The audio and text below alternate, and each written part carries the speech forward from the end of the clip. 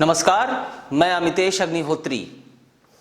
विश्व स्वास्थ्य संगठन ने बयान जारी किया है कि एंटीवायरल दवा रेमडेसिविर का कोरोना वायरस पर कोई भी प्रभाव नहीं पड़ रहा है। WHO ने दुनिया के सभी देशों से कोरोना वायरस के इलाज के लिए इस दवा का इस्तेमाल तुरंत ही बंद करने के लिए कहा है। गौरतलब है कि WHO ने यह बात दोबारा कही है। इससे पहले WHO ने अक्टूबर के महीने में भी बयान जारी किया था कि रेमडेसिविर का कोरोना वायरस पर कोई भी प्रभाव नहीं पड़ रहा है और इस संगठन ने दुनिया भर के देशों से आग्रह किया था कि कोरोना के इलाज में इस दवा के इस्तेमाल को तुरंत ही बंद कर दें। लेकिन इन सब के बावजूद भारत में इस दवा के ट्रायल जारी रहे। मार्च अप्रैल के दौरान कोरोना संक्रमण के शुरुआती दौर में रेमडेसिविर को कोरोना के लिए प्रभावी दवा बताया गया था। उस समय विश्व स्वास्थ्य संगठन की निगरानी में दुनिया के कई देशों में कोविड-19 से लड़ने के लिए कई दवाओं को ट्रायल के तौर पर इस्तेमाल किया जा रहा था। इन दवाओं में रेमडेसिविर भी एक थी। इसके अलावा 3 और दवाओं पर परीक्षण किए जा रहे थे। ये दवाएं थी हाइड्रोक्सी क्लोरोक्वीन, लोपनाविर और रिटोनाविर और इंटरफेरोन। अब WHO ने साफ कर दिया है कि रेमडेसिविर का कोविड-19 वायरस पर कोई भी प्रभाव नहीं पड़ रहा है। WHO सॉलिडेरिटी ट्रायल के नतीजों में यह बात साफ हो गई है कि यह दवा कोरोना मरीजों की मृत्यु दर को रोकने में नाकाम रही है। भारत में WHO की इस रिपोर्ट के बाद भी रेमडेसिविर के ट्रायल जारी हैं। गौरतलब है कि ट्रायल के दौरान कोई भी कंपनी दवा को मुफ्त में मुहैया करवाती है, लेकिन इस दवा को औने पौने दामों पर खरीदा गया। यहां तक कि इस दवा की कालाबाजारी भी हुई और 6,000 रुपए की कीमत वाला एक इंजेक्शन 40,000 रुपए तक में बेचा गया। यह सब मोदी सरकार की नाक के ठीक नीचे हुआ। कोरोना काल में रेमडेसिविर की कहानी यह बताती है कि किस तरह बहुराष्ट्रीय कंपनियां तीसरी दुनिया की सरकारों के सहयोग से जनता को लूटा करती हैं। WHO द्वारा जारी रिपोर्ट में कहा गया है कि 30 देशों के 405 अस्पतालों में कुल 11,666 मरीजों पर रेमडेसिविर का ट्रायल किया गया। इस दौरान यह देखा गया कि इस दवा का मृत्यु दर घटाने, सांस संबंधी समस्याओं को रोकने और अस्पताल में भर्ती रहने की अवधि में कोई भी प्रभाव नहीं पड़ा। यह परीक्षण 6 महीने तक चले और इस पूरी प्रक्रिया का उद्देश्य यह पता करना था कि वर्तमान में मौजूदा एंटीवायरल दवाएं कोरोना वायरस पर कितनी प्रभावी हैं। अब यह बात साफ हो गई है कि रेमडेसिविर का कोरोना संक्रमित मरीजों पर कोई भी सकारात्मक प्रभाव नहीं पड़ा, या जो पड़ा भी तो प्रभाव बिल्कुल मामूली था। गिलियड साइंस ने कोरोना महामारी का फायदा उठाते हुए रेमडेसिविर को जमकर बेचा और अरबों डॉलर कमा लिए। इस कंपनी ने भारत और बांग्लादेश जैसे विकासशील और तीसरी दुनिया के देशों में इस दवा का पेटेंट बेचकर अरबों डॉलर कमाए। अमेरिकी सरकार ने इस दवा का सारा स्टॉक शुरुआत में ही खरीद लिया था। रेमडेसिविर को लेकर गिलियड के रवैये ने अमेरिका में एक नई बहस को जन्म दिया। चिकित्सा जगत के विशेषज्ञ और सामाजिक संगठनों का कहना था कि जब देश महामारी के भीषण दौर से जूझ रहा है और हजारों जानें जा रही हैं, तो पेटेंट नियमों को ताक पर रख लोगों की जान बचाना पहली प्राथमिकता होनी चाहिए। इन लोगों की मांग थी कि अगर रेमडेसिविर इतनी ही कारगर है तो बाकी कंपनियों को भी इसे बनाने की इजाजत मिलनी चाहिए।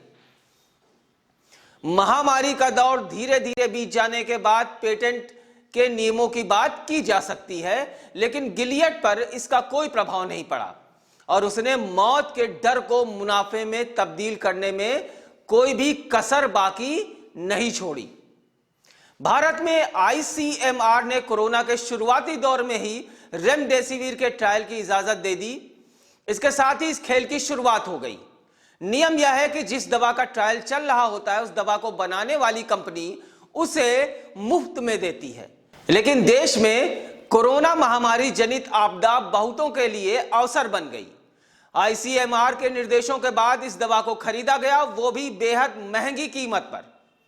इस दवा के एक इंजेक्शन की कीमत 6,000 रुपए थी और एक मरीज को कम से कम 6 इंजेक्शन दिए जाते थे। इतनी ऊंची कीमत होने के बाद इस दवा की कालाबाजारी भी हुई। इसका एक इंजेक्शन 40,000 रुपए तक की कीमत पर बिका। गिलियड साइंस ने 4 कंपनियों सिप्ला, जुबिलिएंट लाइफ, हिटेरो ड्रग्स और माइलॉन को भारत में इस दवा को बनाने का लाइसेंस दिया। रेमडेसिविर अमेरिकी कंपनी गिलियड साइंस द्वारा बनाई गई एंटीवायरल दवा है। इस दवा को शुरुआत में हेपेटाइटिस सी के इलाज के लिए बनाया गया था। बाद में पाया गया कि यह दवा हेपेटाइटिस सी के वायरस पर कोई खासा प्रभाव नहीं डालती है। इसके बाद इबोला वायरस के इलाज के लिए इसे इस्तेमाल किया गया, लेकिन वहां भी यह असफल सिद्ध हुई। बताया जाता है कि गिलियड ने इस दवा के विकास के लिए पानी की तरीके से डॉलर बहाए, लेकिन यह रकम वसूल नहीं हो पाई। कंपनी ने इस दवा को ठंडे बस्ते में डाल दिया। इस साल जब कोरोना संक्रमण फैलना शुरू हुआ तो कंपनी को इससे वापस मुनाफा कमाने की आस नजर आई और हर तरह के वायरस पे फेल हो चुकी इस दवा को कोविड-19 यानी कोरोना वायरस पर आजमाने का निश्चय किया गया। बताया जाता है कि इस दवा की मैन्युफैक्चरिंग लागत काफी कम है और अमेरिका में एक मरीज को 10 दिन तक इस दवा को देने की लागत तकरीबन $10 के करीब बैठती है। अमेरिका में इस दवा के क्लिनिकल ट्रायल पर वहां के नेशनल हेल्थ इंस्टीट्यूट ने पैसा लगाया। इसके बाद भी इसकी लागत तकरीबन $3,000 के करीब बैठी। WHO के इस दवा पर ट्रायल शुरू करते ही आईसीएमआर ने भारत में इस दवा के चिकित्सकीय ट्रायल की अनुमति दे दी। भारत में इस दवा को लेकर घोटाले की शुरुआत यहीं से होती है। चिकित्सा जगत इस बात को जानता है कि जिस दवा का इस्तेमाल ट्रायल के लिए होता है वह दवा कंपनी मुफ्त में देती है। इसके बाद भी आईसीएमआर ने इस दवा को खरीदने की अनुमति दे दी।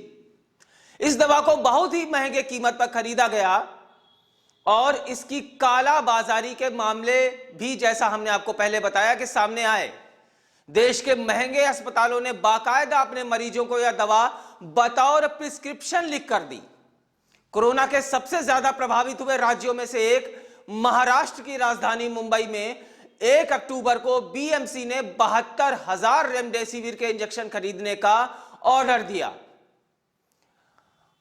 अब WHO ने पूरी दुनिया में रेमडेसिविर के इस्तेमाल पर रोक लगा दी है, क्योंकि यह बात साफ हो गई है कि गिलियड साइंस की यह दवा कोरोना वायरस पर बेअसर साबित हुई है। लेकिन भारत में आईसीएमआर बेशर्मी पर उतर आया है। आईसीएमआर और नेशनल एड्स रिसर्च इंस्टीट्यूट के डायरेक्टर समीरन पांड्या ने कहा है कि भारत में रेमडेसिविर के ट्रायल चलते रहेंगे। उन्होंने कहा कि ड्रग अथॉरिटी ऑफ इंडिया से अभी तक इस संबंध में कोई भी निर्देश नहीं मिले हैं।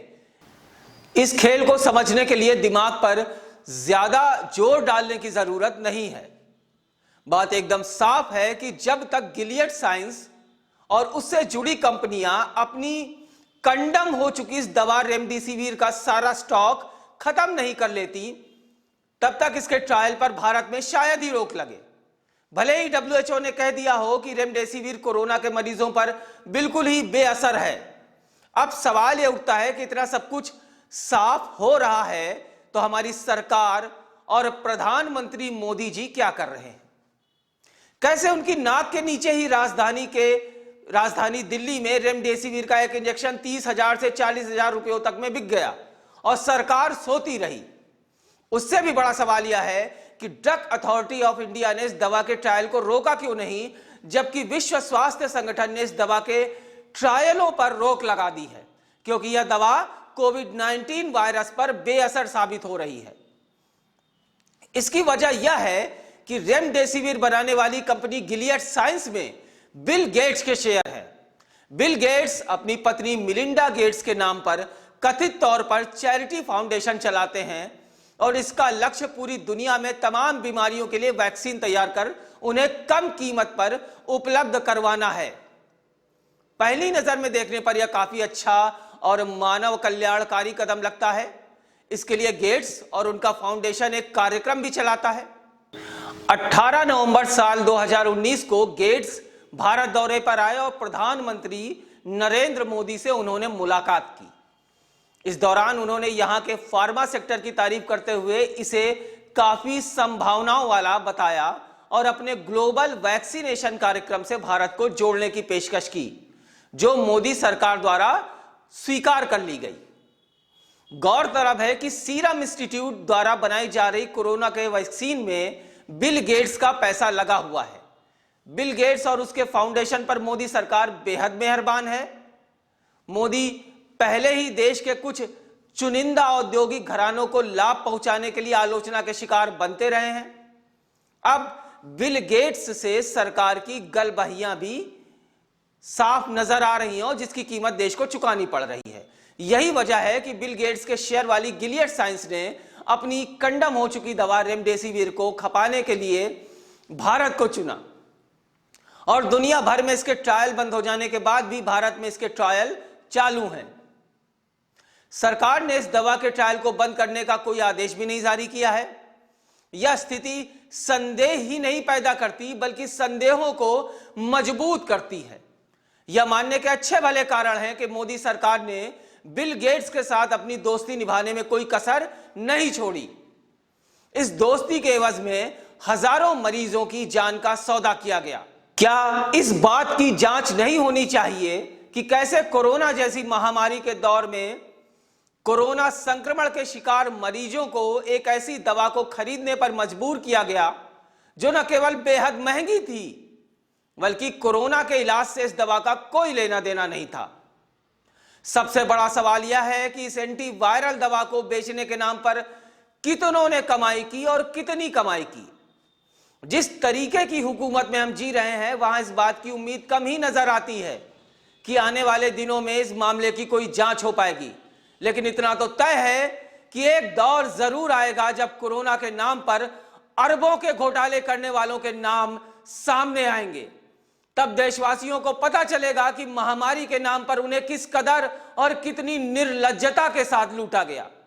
वह दिन भी जरूर आएगा जब कोविड-19 महामारी के इस दौर में मौत से मुनाफा कमाने की साजिश करने वाले बेनकाब होंगे। अगर आप हमें YouTube पर देख रहे हैं तो सब्सक्राइब करें हमारा चैनल कबीर न्यूज और बेल आइकन टैप करें ताकि आपको नोटिफिकेशन मिलता रहे हमारे हर वीडियो के अपडेट का। और अगर आप हमें Facebook पर देख रहे हैं तो लाइक करें हमारा Facebook पेज कबीर न्यूज।